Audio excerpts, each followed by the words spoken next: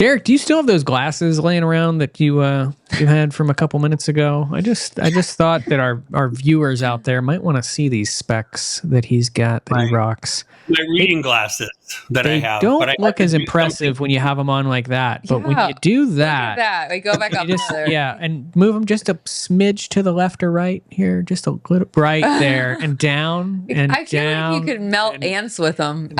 There we go. That is perfect. For audio listeners, you won't love this just as much as we do right now, but those are. I know that we're all going to get to this point eventually where we have to wear those things. Like I can already tell. I'm still nearsighted. Yeah, but I'm just going to start calling him Mr. Magoo. You already have about 12 nicknames for him, so I know. Just add it to the list.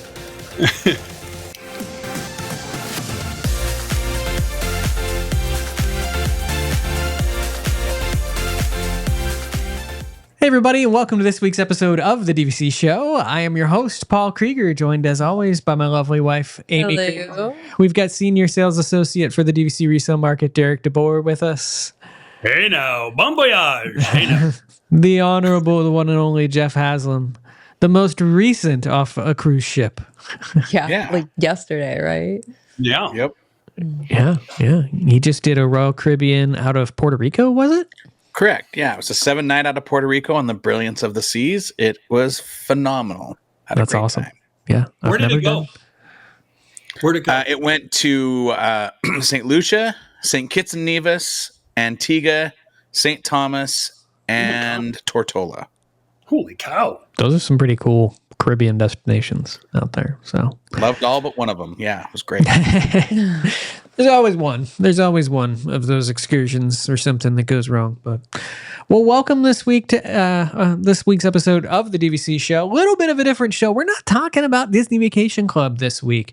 If anyone doesn't know by now, we're all going on a Royal Caribbean cruise together next year. It is our Keyholder Vacations group cruise. It is happening July 20th through the 24th, 2026 on Utopia of the Seas out of Port Canaveral. It is going to NASA and Disney, Royal Caribbean's private island, Perfect Day at Coco Cay. And we're going to be having a blast. We're going to record this podcast live on that cruise. We're doing a bunch of different fun group activities. We've got some fun stuff planned for the weekend prior to that cruise. And there is like 150 of you that have already decided that you're going to tag along for this fun adventure. So first and foremost, if you are not, this is probably the last time I'm going to say this, and I mean it this time. If you are not signed up for this group cruise, if you've been thinking about it, I know that we're in that time of year right now where families are kind of planning what are they doing in 2026. It is not too late to get on this cruise with us. We can promise you an amazing time, whether you are, empty nesters, whether you're two people like me and Amy, whether you've got kids. Royal Caribbean, has been doing a lot of amazing things with their kids clubs recently. We're going to talk about some of that, later in the show today, but it's going to be an amazing time. Head to keyholdervacations.com, click on group cruise, fill out the interest form, and one of these two amazing people right here will get back to you with more information and get you booked so that you can set sail with us. But beyond that, one of the big questions we've gotten over the course of the past year is, about Royal Caribbean. A lot of you are Disney Cruise Line cruisers. That is what you've always done. That's what you know. And so we thought we would do an episode just to kind of educate people on why not only do we love Royal Caribbean so much, but, the differences, the things that might stand out that are a little bit different from Disney Cruise Line. So we've got our Disney Cruise Line expert on this call, Derek DeBoer, who has taken, what was it, Derek? 7 million Disney cruises, I think, at this point. Yeah. I think it was over 100. I think it's like 120 something. I think close enough. The Disney Cruise Lines. Yeah, the 4 original ships. I've not been on any of the new ones. It's been a couple years since I've actually been on a cruise. So after doing so many for so long, I'm actually really excited to go, and especially on a royal ship, which I haven't been on since I was 16 years old. So yeah. I'm very excited. So Derek's playing the role of the person that needs some education tonight. So throughout the episode, Derek, if there's something you have a question about related to Royal, or there's something we don't answer, chime in. Let us know your thoughts, because pretty sure the other three of these people in this room are certified Royal experts to a certain degree. I at least have some weird certification through whatever education program they do, and I'm sure Jeff has the same. Yeah. Don't even know what it's called, but I got it. We're masters of the 7 C's. Something. I know masters in the title because I like to put Jedi in front of it. But so now you're the honorable master, Jeff, of the 7 C's. The master Jeff Honorable. Yeah. Show. Dang it. But I cumulatively, but together we've taken several Royal Caribbean cruises at this point. We have at least 4 cruises booked together for next year. I'm pretty sure half of which are Royal Caribbean. So we've done a lot of Royal sailing, and I know at the Krieger House it has been the cruise line of choice for the better part of the past 3 to 4 years. So tonight's episode, we are going to talk all about Royal Caribbean, what you need to know about it, how it's different from Disney. Before we get into it, I already kind of plugged the Keyholder group cruise. Last time, I'll just say keyholdervacations.com. Click on group cruise if you want to join us for that. Other ways that you can set sail on a Royal Caribbean cruise. 1, as a Disney Vacation Club member, not going to use your points this year, swap your points with the DVC rental store. Essentially get credit for those points and take a Royal Caribbean cruise instead of going to that Disney Vacation Club resort next year. Or, save up some funds for a year or two if you're already planning for 2027, if you're looking for maybe a bigger Alaska cruise or a Mediterranean cruise or something of that nature.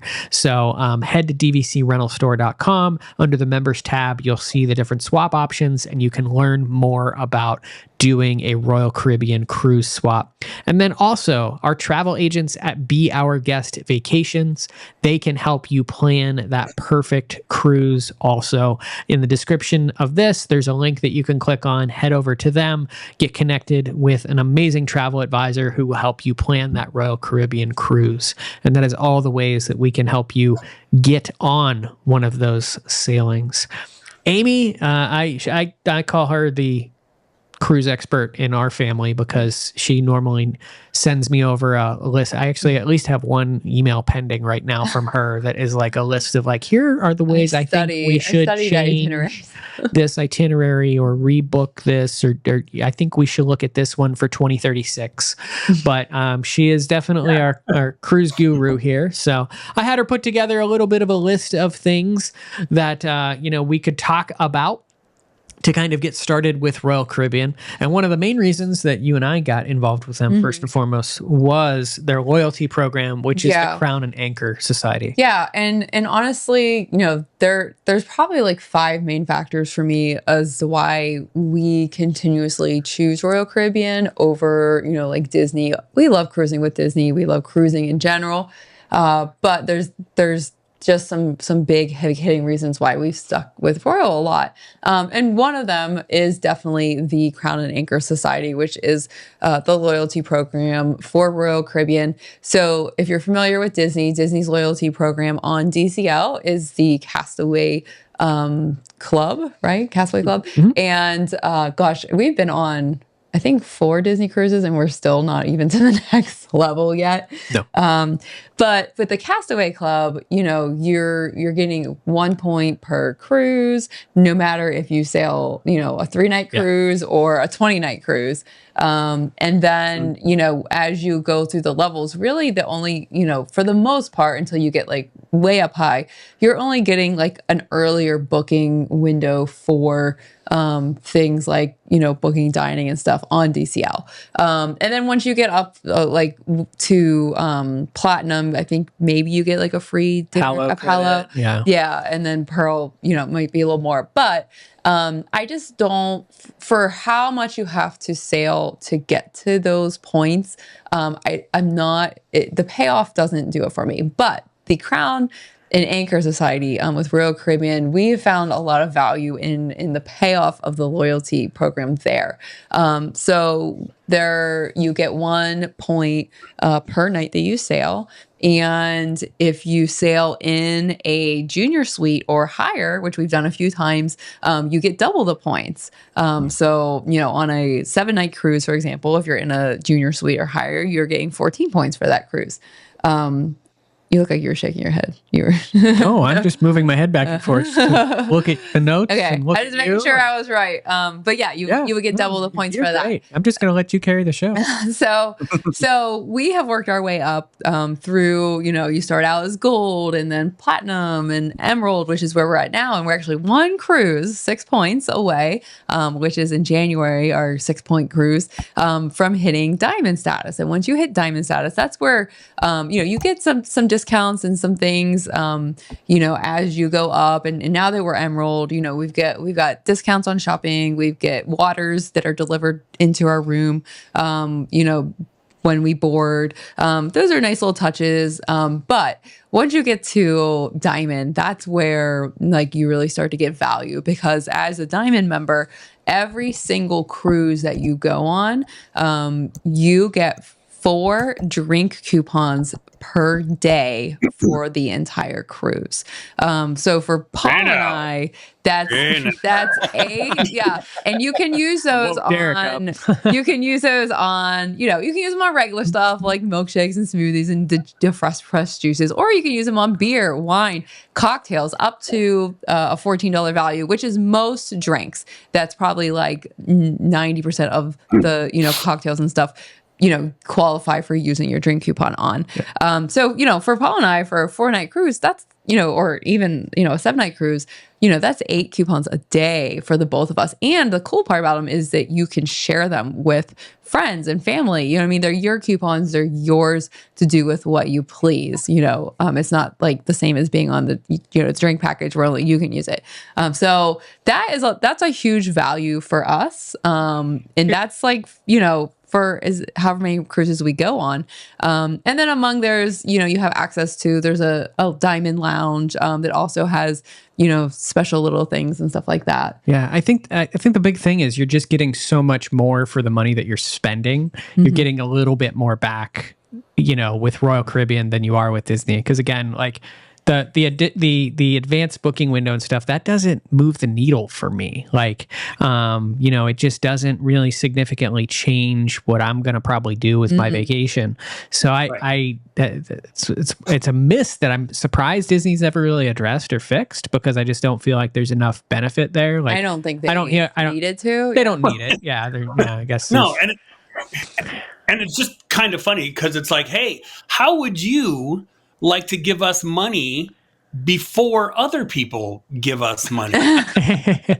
Good thing. Yeah. Really? Jeff, you're working your way up the status tier too. You just hit some milestone, I'm pretty sure. Yeah, we just hit. Well, before this cruise that we just got off of, we did a quick 3-night Florida resident discount cruise to get us to platinum before this cruise.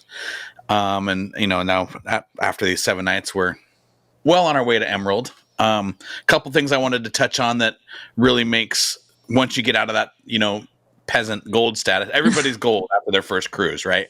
Yeah. Once you level up, so to speak, a couple things that we really enjoyed on this cruise, because this was our first time sailing as platinum status members.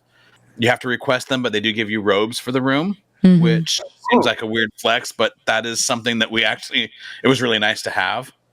And then we also went to I can't remember what it's called. I was trying to look it up, but sometime during the cruise, they have a special meetup for what is that called? Above.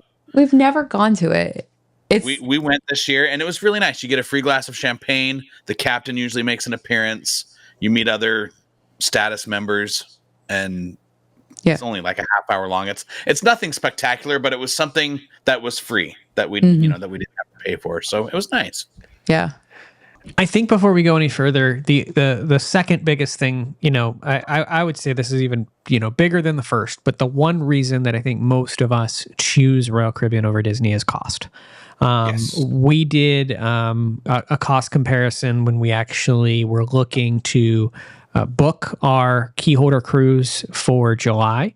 Balcony staterooms are, running a little bit north of $3,000 for that 4-night sailing. It does identical itineraries. We're talking double occupancy here. It does identical itineraries essentially to what the Disney Wish is doing currently out of Port Canaveral. So it's doing 4-night sailings to both its private island and Nassau, and it's doing 3-night sailings to Nassau and its private island, or sometimes just one or the other. But we compared the Disney Wish cost, and you're talking about almost double the cost for a double occupancy balcony stateroom, which I just think is, yes, I will sit here and tell you all that I still think that maybe the food is a little bit more elevated on Disney, and maybe the service is a little bit more elevated on Disney. But I think for the average consumer, is it twice the price elevated? No, you have to do a lot to win that over for at and least that was me. the thing for us when we were booking our first Alaska cruise, and we looked at the Disney Wonder, and honestly, I didn't like their itinerary as much as what Royal Caribbean was offering on Quantum, and the price difference. It just felt unattainable. Yeah, it was unattainable for us. So we paid it was $3,200 for our Alaska cruise. This was several years This ago. was in 2023 on the Quantum of the Seas, which to this day, that's probably still one of my favorite cruises. And that was for an ocean, a balcony ocean view. And that same cruise with a similar itinerary, I actually didn't like the itinerary as much because they went to like a glacier that wasn't as nice as one we went to, and whatever else. That same cruise in a veranda room on the Disney Wonder was over $7,000. Yeah. And so like that price difference to me was just enormous. And it's like, is it worth an extra $4,000? For Mickey and Minnie dressed up in Eskimo costumes and free soda. Derek's like, yeah. I don't know. That's worth an extra Derek $4,000. sold on it. Yeah, Yeah, right. Especially though when it comes to a cruise, we've done Disney cruises. We've loved Disney cruises. We've been on the Wish 3 times. But when it comes to a cruise where you are going to be off the ship a whole lot, I don't know that extra cost is worth it. For me, I like cruising. I like to see different ports. I like to travel to different places. And so, when we go to the Mediterranean, to Alaska, to Bermuda, I'm going to be off the ship a whole lot. Obviously I want a decent ship and a decent cruise, but yeah, I can't see an extra $4,000 just to be on the Wonder. And the experience that you have is like, we've had even before we went to Alaska, we had friends that went with Disney and they were like, oh, we went to Alaska and it was amazing. And we did this excursion. It was on this glacier boat and we got to drink these glacieritas and all of this kind of stuff.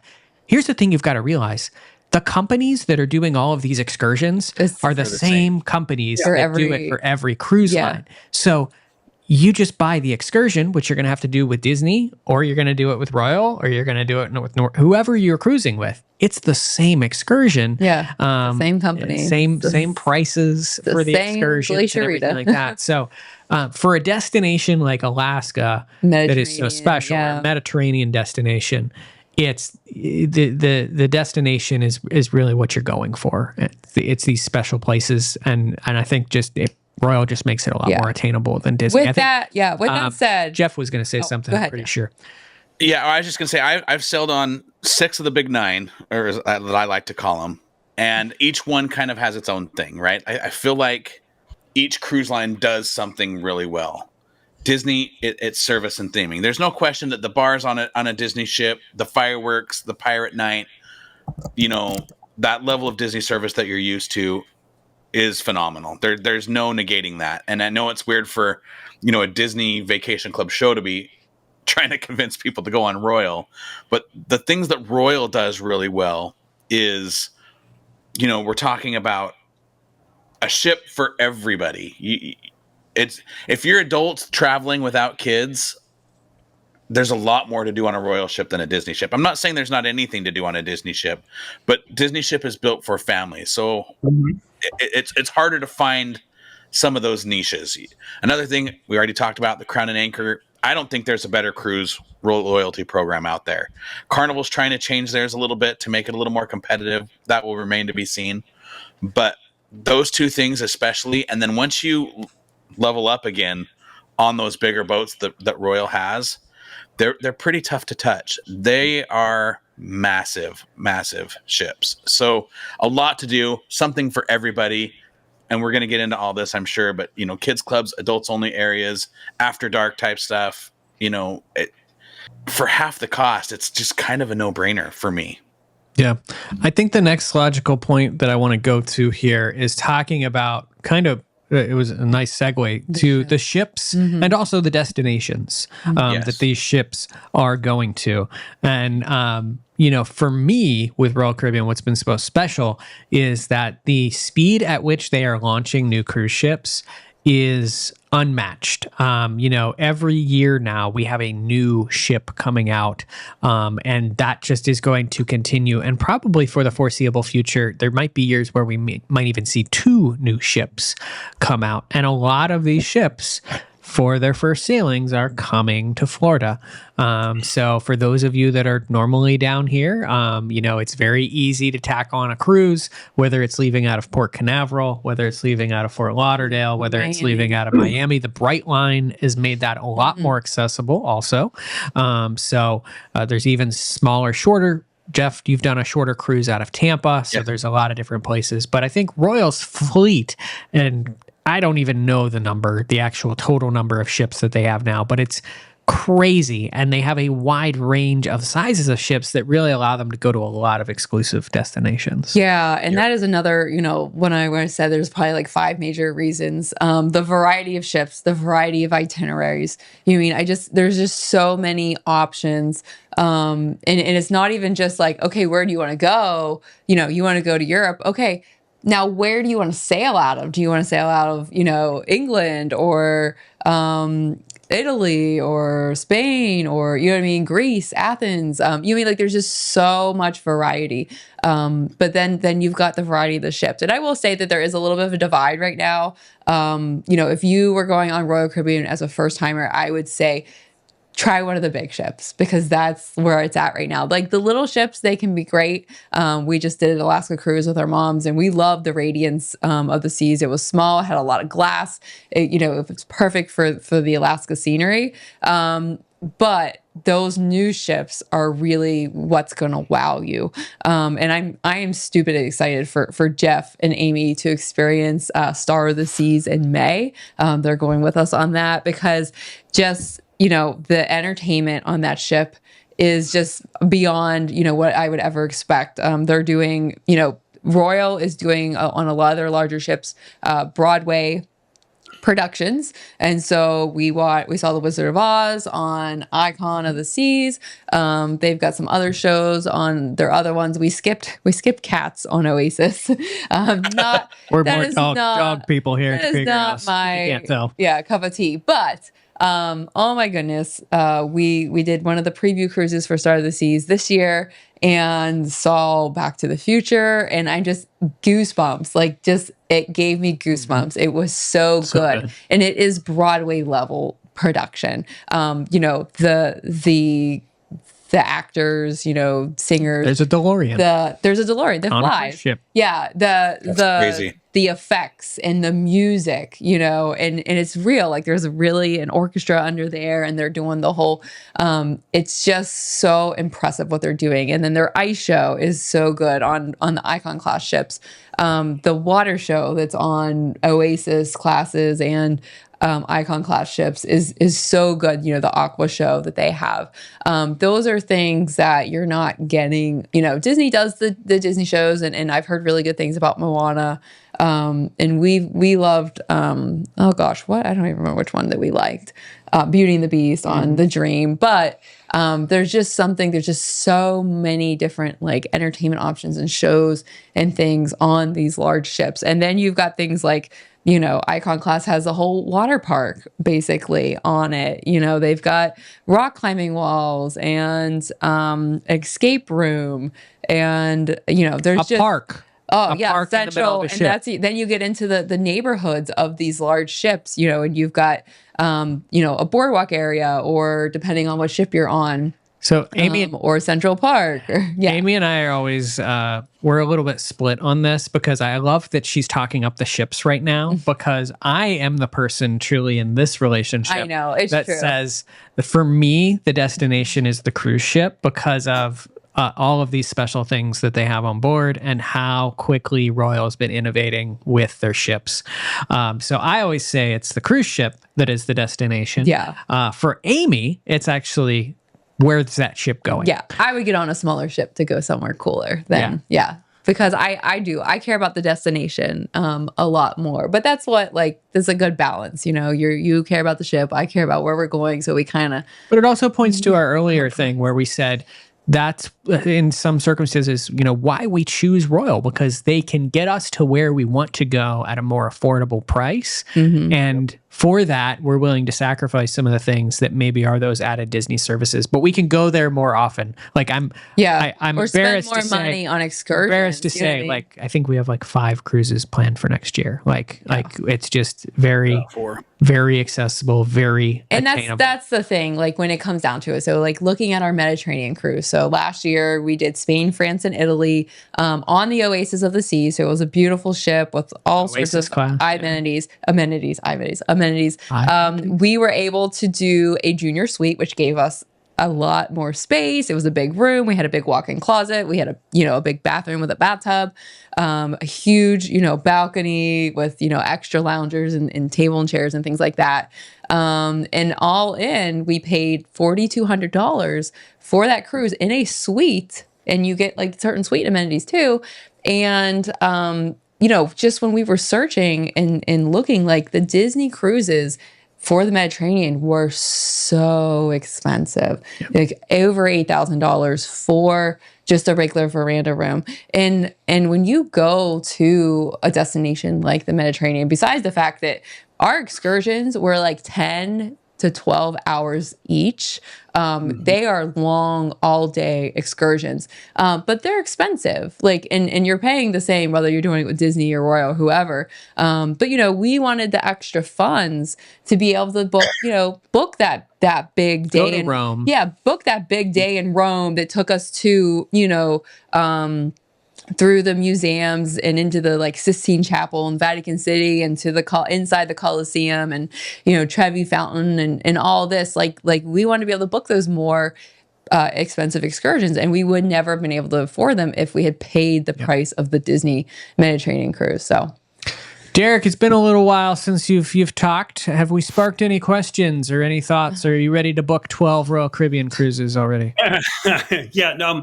One question that did come to mind, because again, my experience is basically Disney. And I spent a lot of time on the Wonder and the Magic, the original 2 ships. What I've always loved about them too, and members who've been on, even the Fantasy or the Dream, if you've been on the Magic and Wonder, they're very special, just because they're smaller. So I think my question that I would have for you guys, is it ever too daunting? Sometimes I see some of these Royal ships to where I feel oh my God, that is literally the size of Jacksonville, Florida. There's 80,000 people. So sorry if you live in Jacksonville. Yeah, right. Sorry. But yeah, did you find it to be overwhelming, or did you find enough spaces on that ship to where it wasn't oh my God, I can't believe I'm here with 20,000 people? Can I fill that one and then you guys can fill in? Because I talked to a guy at length in the Solarium, which is the adults only pool, because we were going back and forth about which cruise line's better and who does this better. And, it almost got violent. No, it didn't get violent, but he's very passionate. We'll say that. He does not like the big Quantum class and above ships. He says it's too people-y and too much to do and too much. I am in the opposite camp. I'm like Paul. I like I like having options. I don't have to do everything on the ship, but I want to know that if I'm tired of this, I can go do that. That was my biggest struggle. I've done now 3 Radiance class, which is kind of their older, smaller ships, 3 in a row now. and they're the exact same ships. They're great. The staff is wonderful. But there's nothing to do. Nobody goes to the dance club because they're for smaller ports and limited itineraries. And so I think it really depends on what you're going for in your cruise experience. Like Paul and Amy were just talking about, are you going for the ship? Are you going for the ports? But there's plenty of places to escape the people. And this is why I always, if it's in your budget, upgrade to the balcony if you can. It's not prohibitively more, and it gives you that place to go and just be away from it for a minute. If it's a little bit too people-y, if the belly flop competition isn't your jam, or the sexiest man competition, which we're going to get Derek on the seas, just you have places to go. If it's your own cabin, there's libraries, there's little carve-out spaces on every deck that has, a place to sit and read or whatever. So I would say the answer to your question, Derek, is it depends, but there is something for everybody on all these ships. But the bigger ones definitely have a lot more to do. And I would take that a step further in saying that, especially on like Icon class and above, the neighborhoods have divided the ship in a way that there's a neighborhood for everyone. And you really, I think there's people that go on, say, an Icon class ship, which is the biggest Royal Caribbean ship, and they primarily hang out at Surfside, which is their more kids-oriented area. It's where they have the splash pad. It's where they have some of the more whimsical elements, like a carousel. And then there's people that never leave Central Park because they enjoy the jazz club, or they enjoy the champagne bar, or they enjoy some of the restaurants and the fine shopping options that they have there. And so you find that part of the ship that you navigate towards, and there's so many options that no part of it really ever feels crazy busy. And I think that's where for me, it differentiates itself from Disney a little bit, where when we talk sizes of ship, let's get something straight real quick, which is the fact that the first cruise that Amy and I ever went on was Royal Caribbean cruise. We sailed on Independence of the Seas, which was it was Independence class or Freedom class is what it was called. And Freedom class, I think, launched in the 90s, maybe it was, or something like that. Yeah. Freedom class ships are bigger in terms of the tonnage and the size of those ships than the current, Wish class ships are. So that was our first foray into Royal Caribbean, which was a small ship to us. Which was small and is now probably like mid to lower size when it comes to Royal Caribbean, because you now have Quantum class above that. You then have Quantum Ultra above that, and you have Oasis and Icon classes. So in terms of size, that just gives you that full scale of things. But what I really love is the bigger the ships get, I don't think they feel more crowded, to answer your question, Derek. I think if anything, they're really spreading out the people that are on the ship a little bit more, so that you're finding your neighborhood. Because that, for me, on Disney ships, historically, it's the same venues and they're offering different things every night, where it's like, I have to make sure I get there on this night at this time, or I'm going to miss that for my cruise. Whereas every night on Royal Caribbean ships, they're offering all of those things. And so it's like, oh, if I don't catch it tonight, I can catch it tomorrow. I don't have to worry about I've just missed it for my entire sailing. Go ahead, Derek. I'm sorry. Another question. So on the Disney ships, there really is no quote unquote like upselling per se. Like there's one restaurant, Palo, like that's it. Or maybe some of the newer ships have like maybe one or two. Is it on these ships, because they're so big? Like I've seen shows on them, and I'm wondering from your perspective, is it like, okay, I can eat here. Oh, shoot, I can't eat here. Or I can eat here only on like Wednesday, but I'm not a platinum member, so I can't eat here. Like, is it that like segregated to like, or is it basic? Because that's the cool part about a cruise, is that you just go, oh yeah, I just want to eat here, or I just want to do this or that, or is there constantly like, no, you have to pay to eat this? I'm going to be quiet because this is probably the biggest question that we've gotten from people, especially leading up to our Keyholder cruise.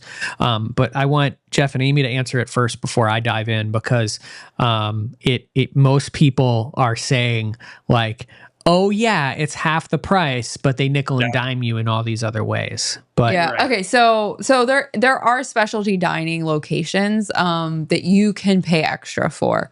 For example, there's Chops Grill, which is a steakhouse that's on pretty much every royal ship. Giovanni's, which is Italian, and there's a handful of those on every ship. But especially when you get on to like the bigger ships like Oasis class and Icon class, there is a whole ton of complimentary dining. So just taking like my favorite ship, Star of the Seas, Icon of the Seas, for an example, complimentary. You've got obviously the dining room, which you can go, which serves breakfast, lunch, and dinner.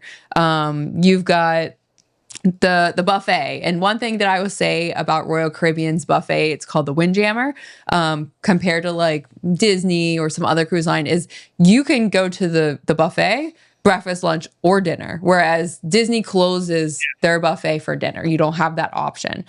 So there are nights when we're just super tired, and it's like, I don't think I want to dress nice. I don't want to go to the dining room and sit through like a multi-course meal. I just want to go in my comfies to the buffet and eat 12 lobster tails. And we've done that several nights. So we've done this several nights with Jeff and Amy. And sometimes it's just casual and relaxing to be able to go to just the buffet for dinner.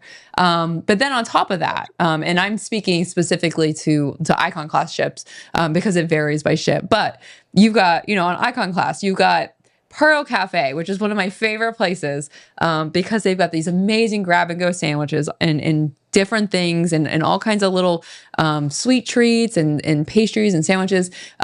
They have this awesome chicken curry salad sandwich that, oh my gosh, I love it so much. Then you've got Park Cafe, which is this cafe inside Central Park, which is included. And they're making, they got breakfast things and lunch things and sandwiches and all kinds of stuff. You've got El Loco Fresh, which is Mexican. So it's like a grab and, you can go up and grab whatever Mexican you want. Like they're making, burritos and quesadillas and you can build your own taco and nachos. And they've got a whole, bar, and they still got a guacamole bar, which Pecos Bill took that away like 5 years ago.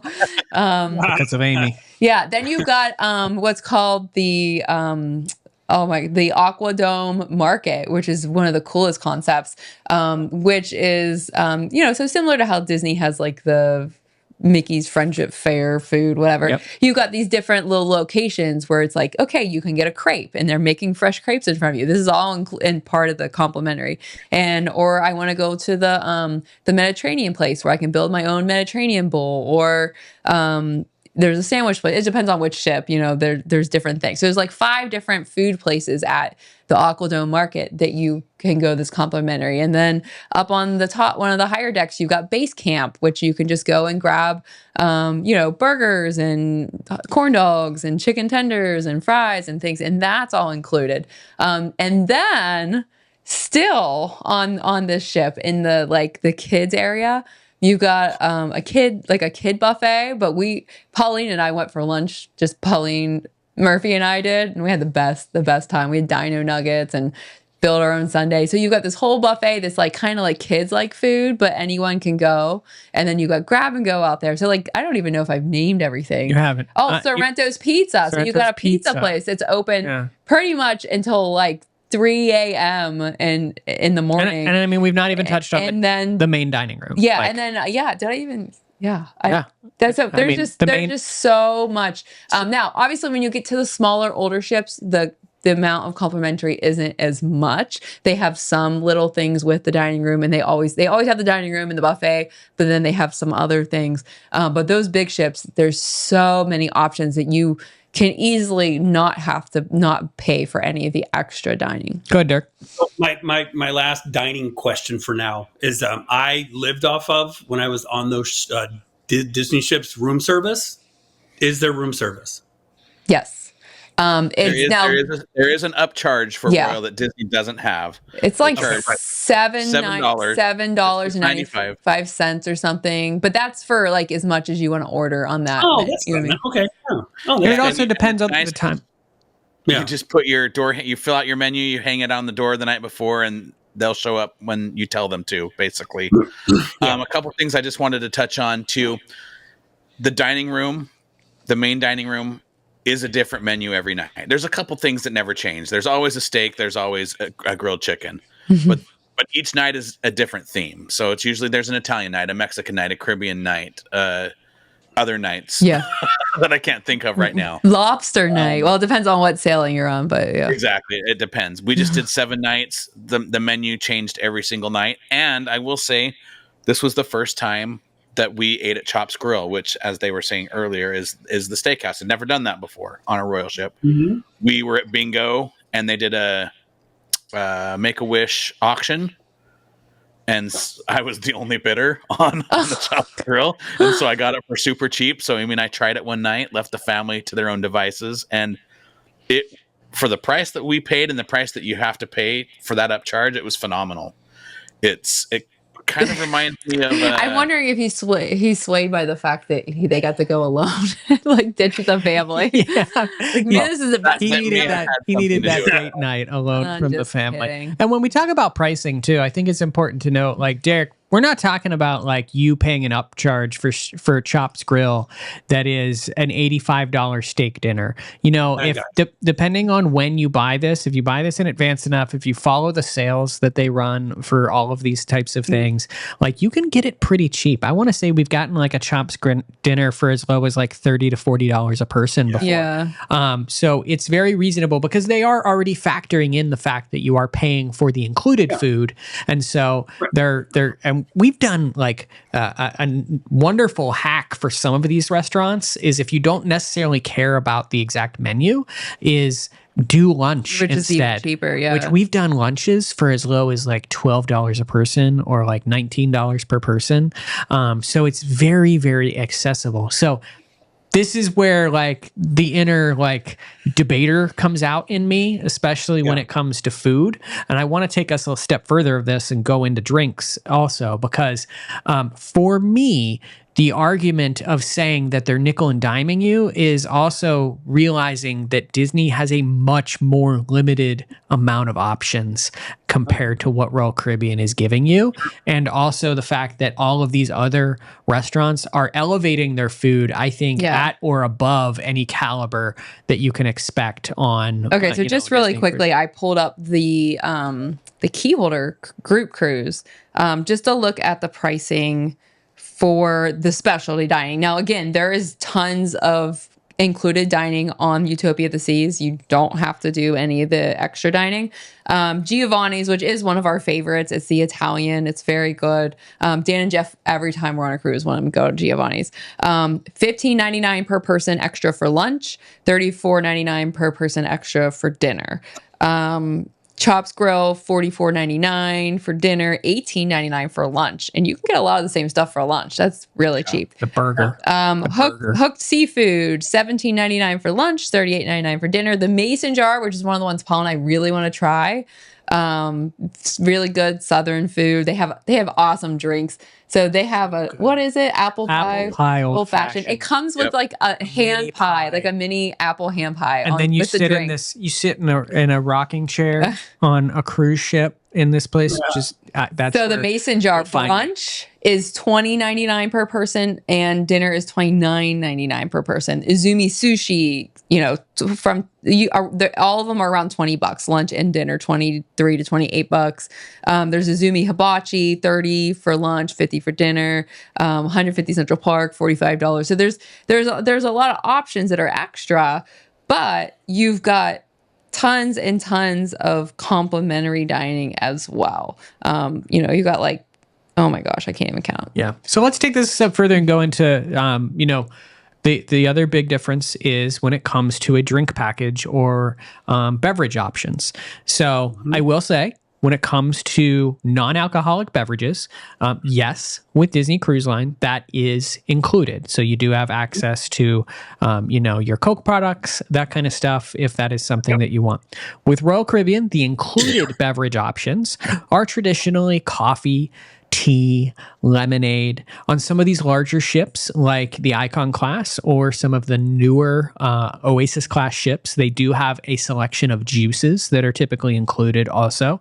What I always like to do is I take a large refillable bottle and I get one of those like beverage enhancers. So like I'll do like an orange flavor like beverage enhancer, and I'll take like a little Amy calls them squirty squirts. I don't know the technical title. It's water enhancer. Water enhancer. That's too much. So I'll take that on the cruise ship with me, and I'll just basically drink that in water because I'm not a big Coke or pop drinker for that. Yeah, we're not pop drinkers, but yeah, usually it's around $10 a day. Yeah. For But the Coke that is where Disney ends, basically, in terms of everything. And everything after that is pay as you go. Mm-hmm. There's no ability for a beverage package. I think the most I've ever seen Disney offer is a dinner wine package, which is like the option to don't forget about the cooler full of beers. We've had a couple coolers full of beers that they sell you. That they sell. They'll sell you like on, Castaway Day or at the beginning of the cruise and stuff, but no real beverage or drink package. So you are paying a flat rate per beverage, and that's all going on, not a flat rate. You're paying per beverage. Well, yeah, you're paying per beverage. And then that's all going on your room bill that you'll pay at the end of the cruise.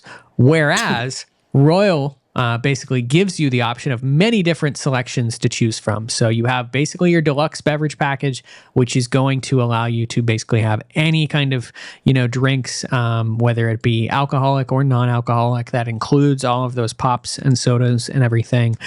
Or you can choose from what they call like a refreshment package, which gives you access to, sodas, coffees, teas, gives you a refillable mug to use at Coke Freestyle machines. So, it really just gives you more flexibility as to what you do, and you've got a couple different tales of how you choose to go with that here on this show, which is that Amy and I would say that I am more of the person that enjoys an alcoholic beverage more than Amy. Amy likes an occasional alcoholic beverage. So for us, the deluxe beverage package has never fully made sense, because if I do buy it, Amy would also have to buy it because we are in the same stateroom. So, similar to a Disney dining package. Exactly. Yeah. So, basically if one buys it, the other has to buy it because we don't want you drinking off of my package. So that's traditionally how it goes. We do not, cumulatively drink enough between both of us for that to make sense. That's why we're so excited to actually get to that diamond level, is to get those free drink coupons. Actually, I've hit a level in the casino too, which is a whole other show. I know. He actually gets free drinks in the casino. Not go down that rabbit. But that's a whole other. Yeah, and we're already almost at an hour on this. Speaking of drinks, though, your specialty coffee card is only $27.99. Yeah, so my hack is always I might have to buy that. My hack is always, they do have a specialty coffee card, which allows you specialty coffee beverages. I always get that for two reasons. One, it gives you the ability to go order an Americano, a latte, whatever that is. They use Starbucks branded coffees on board. But that coffee card is, if I were to buy this coffee card that Amy's pointing to for our 4-night Keyholder cruise and I didn't use it all, I just take it on my next Royal Caribbean cruise and I use it on that cruise.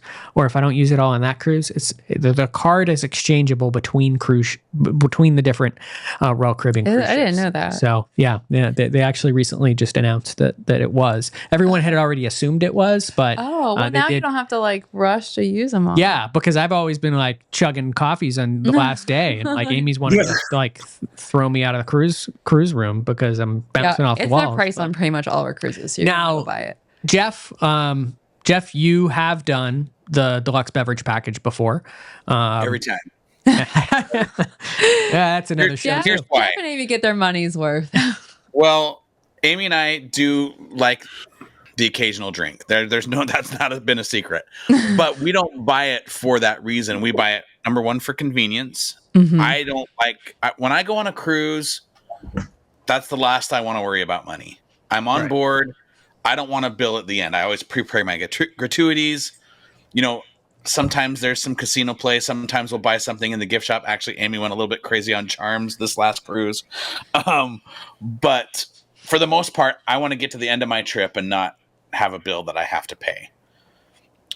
We did the math, and based on what, like Amy said, the prices vary. There's always specials. There's always deals. We bought all of our drink packages on Black Friday this year and mathed it out. And, you know, we're not like Derek. We're not beer drinkers. We are more cocktail drinkers, but we only had to do 4 drinks a day to make it worth our money. 4 drinks a day might sound like a lot to some people, but if you have a mimosa with breakfast, a beer with lunch, and a couple drinks at dinner, you're there. And then that doesn't include going to the shows, you know, sitting by the pool. I'm not trying to say that we're alcoholics, but for us, it just makes sense. That is the only thing that I ding every cruise line on, except for Virgin, is how they do the drink package, because we had family with us on this cruise. One's a drinker, one's not. And there's got to be a better way to do that, but we don't need to get into the weeds. For us, it makes sense. Even the soda package, I drink a lot of Diet Coke, and at $3 a pop when you're on board, that doesn't take you long to get to $10 a day. You know what I mean? So you just kind of have to weigh it. And if you're both like a cocktail now and again, or whatever, it's so much nicer. You just show them your card and that's the end of it. Are we correct that the gratuity is already included in the package? So Yes. It's not shown on the price that you see. You have to wait till checkout, which is where they add their gratuities on. So if you're saying, let's say it's $47 a day, it's really going to be $47 plus 18%. Okay, but then when you go and get a drink, then you're not tipping every time because you already paid that gratuity, right? They don't even.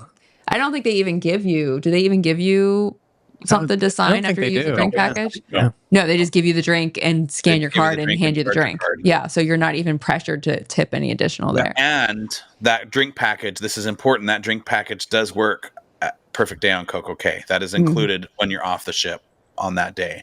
Yeah. So that is something to consider, because there's swim up bars, there's beach bars, there's a lot of stuff going on at Coco Cay that is all included as part of your royal package. And that deluxe drink package for the cocktails and stuff also includes all of the regular stuff. So all, like you said, all the soda, milkshakes, smoothies, juices. Specialty one of my favorite things from Starbucks. Yeah, specialty coffees. One of my favorite things is that in the spa, most like on the larger ships, on select ships, mostly the larger ships, they have like a juice bar where they actually will make you like fresh juices and stuff, and that's included in the drink package as well.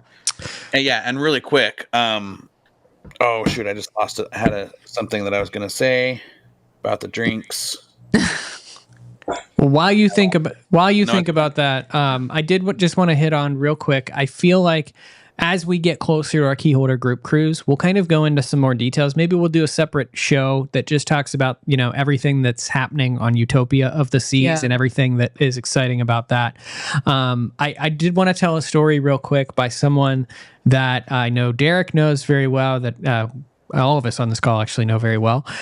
He is the CEO of Keyholder Vacations, so he is all of our bosses at the end of the day. Nick Cotton, and Nick has gone on just as many, if not more, Disney cruises than I think you have. You know, Derek, you said more, definitely more. And 2 years ago, we, talked to him enough that he ended up booking his first Icon of the Seas sailing. And he went that inaugural year, I think the same year that we went on Icon of the Seas. And Nick and LaToya have 2 younger children. And their biggest takeaway of Icon was not only the fact that, wow, just so much to do on this ship, but also the elevated experience that the kids clubs have brought to these newer ships that Royal is doing.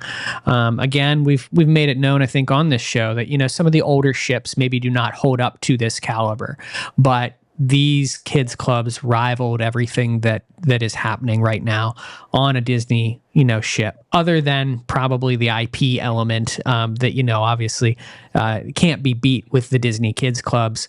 But, the ability, just so many different options and so much to do for the kids and so much to do for the adults that I believe they booked a Star sailing, and he is about as addicted to Royal Caribbean as I think we are these days. Yeah. Probably doesn't get on the cruise ship as much, but yeah, I mean, for someone that has been such a advocate for Disney and done so many Disney cruises and been a part of that, to then just really recognize what Royal Caribbean has been doing, especially in the kids space, to elevate their experience over the past few years. Yeah. I think is tremendous. We could talk on this topic for a whole lot longer.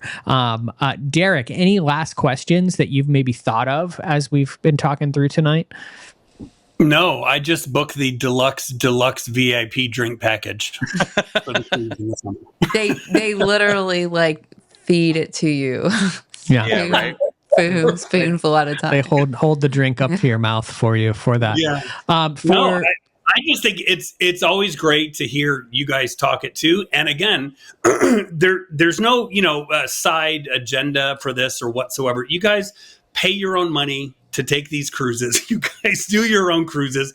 You love Disney. Just because if people say, you know what, I really love Royal for this, but I love Disney for that, it's a big playground. And I think I'm incredibly excited just because I have not been on any one of these ships, and I've already started to watch the YouTube videos on it too. So I can't wait, because it's going to be the best of both worlds, to be with such great friends and great audience and be able to have this. So no, I'm super pumped. Jeff, Amy, I'm going to give you each two minutes. Give us kind of your closing argument. Why should someone consider maybe Royal Caribbean over Disney? Jeff, I'll start with you. Yeah, so we had a lot of people when we first posted this Keyholder cruise that had posted in the comments, posted on our YouTube, whatever. If it was a Disney cruise, we'd go. And we've been on Royal and we hated it. I think you have to compare apples to apples a little bit. Like, I'm not going to be one to tell you that a Radiance class ship, which is the one I just got off of, compares to even the smaller Disney boats. They don't. The smaller Disney boats are better for activities, for spaces, for things like that. But the itineraries on those smaller ships are what makes them worthwhile. We went to 5 islands that Disney does, as far as I know, don't go to. I've never seen them going to most of them. Yeah. And then once you get up to these other ships that we're talking about, these larger ships, I have a hard time finding a Disney ship that competes. Now, I haven't been on the Treasure yet. I haven't been on the Wish. But I've been on the other ones, and the Utopia puts everything else to shame. Like, you just have to try it. If it's not for you, it's not for you. That's okay. We're not going to judge you because you prefer Mickey Mouse over whatever Royal offers, which isn't much as far as IP goes. But the amount of activities, the flow rider, the water slides on these bigger ships, the entertainment on the Radiance classes are terrible. I'll be honest with you. They're not good. But we're not going on that. So come with us, check it out, try these newer, bigger boats, and give it a chance, because they think you're going to be pleasantly surprised. That was less than 2 minutes. Wow, I'll take his extra another minutes. 20 seconds? Do you defer the time to Amy Krieger? Package so that we can party it up at the bar. I don't know. I do want to say something about the smaller ships, because I do. 2 minutes, go. I agree with Jeff on the smaller ships. That they're older ships with less things to do, less entertainment. If you're booking them, you're booking them for the itinerary. But Royal is addressing that. Don't they have like a new project coming up where they're going to start doing? So right now, it is heavily rumored, and it's been talked about by Royal Caribbean's CEO on several different earnings calls and other things, that they are in the initial design stages in development of what they're calling Project Discovery. And Project Discovery is basically reinventing the small ship market. Mm-hmm. So they have recognized the fact that a lot of these older ships, Grandeur, you name it, a lot of these are Vision.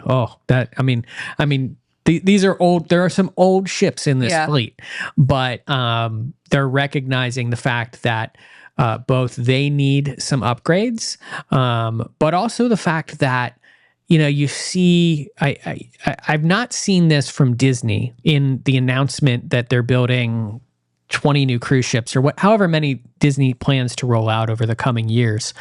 Disney is definitely going more in the larger market. And what Royal is saying now that they have so many large ships, like, let's not argue the fact that, yes, they're building Icon, 3 right now. They have 4, 5, 6 on order. They have an option for 7. They have a lot of big ships coming in the pipeline.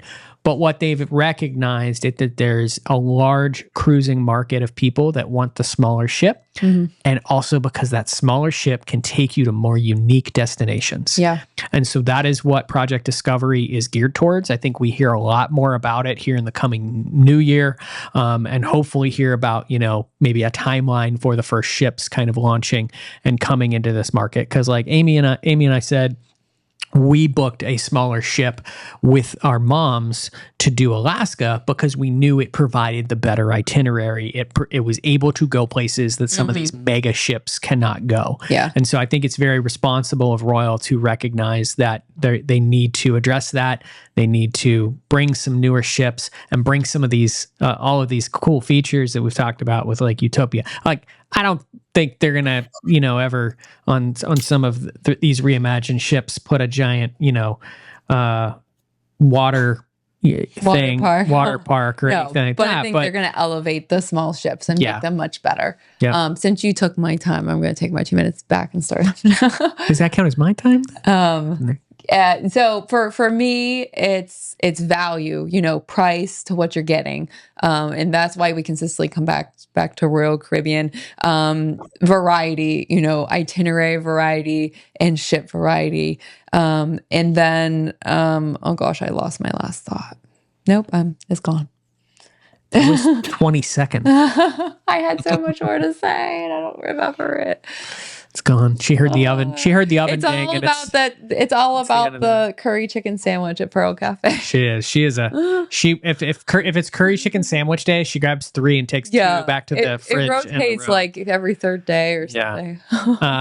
Yeah. I hope if anything, this this was just a little bit educational. I thought of my last thing. Okay. Disney gets, everyone always talks about Disney service, and we've always had really, really good service on Royal Caribbean. And I've always felt really well taken care of. So like just examples, like when we came out from one port at Alaska with our moms, it was raining and they were right there as soon as you came on the ship, handing you towels. You know what I mean? The day on Icon with Phil and Pauline, when the ship, when the weather was too bad and we couldn't dock in Coco Cay, they brought out this entire food festival on the promenade and had all this like these cultural like different food things, like had like a whole festival that they wouldn't have had, had we been on the island. So like just we've had really good stateroom attendance and really good servers and so we've also had good service, on those ships. And that was the last thing. Now I'm done. Yeah.